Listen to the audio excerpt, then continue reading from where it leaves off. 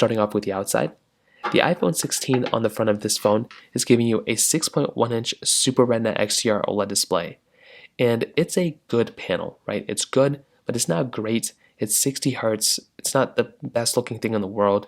A little bit of a thicker bezel around it compared to the iPhone 16 Pro. It's also slightly smaller than the iPhone 16 Pro, but it still is a good panel nonetheless. And I do think like it's a good looking phone, when you're kind of looking at it. There's not really any highlight of this phone, to be honest.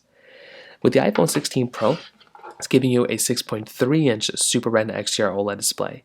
So this is slightly bigger, which is something that's big. Honestly, you don't really notice it that much. You just notice more so how thin the bezels are inside of this phone. That's the first thing I notice.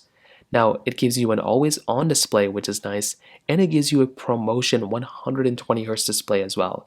This is a big upgrade. Coming from the 60Hz panel here to the 120Hz panel here, it's a very, very big difference, and that in and of itself could probably mean to me, for most people out there, that could be the differentiating factor of getting an iPhone 16 or an iPhone 16 Pro. So that right there is a big thing to keep in mind. For the rest of the bodies, you can kind of tell what else is going on here. So they both are giving you volume buttons here, action button here. They're both almost exactly built the exact same way, which is kind of insane. They're both giving you nothing at the very top. At the bottom, USB Type-C ports on the bottom of both of them. Same type of speaker grill. You can't even really tell one is way bigger than the other one. Like they're both relatively kind of the same type of height and width. On the other side, you're basically getting your camera buttons right here, which is a really nice thing to have.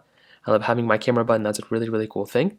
And you're getting your power buttons right up here too, which that in and of itself is another really cool thing going on here. On the back side, you're also getting your triple camera setup. So right here is a very big thing to keep in mind here too. You're getting a wide ultra-wide telephoto lens on your iPhone 16 Pro with a LiDAR sensor. The iPhone 16 is giving you a wide and ultra-wide camera. So I do think that in and of itself is another really nice thing going on here. You're getting frosted glass backs on both, MagSafe capability on the back of both of them as well. Beyond that, there's not really anything super insane from the bodies. There used to be bigger differences between the Pro and the standard models, but for the last 2 years, they've been kind of keeping them the same.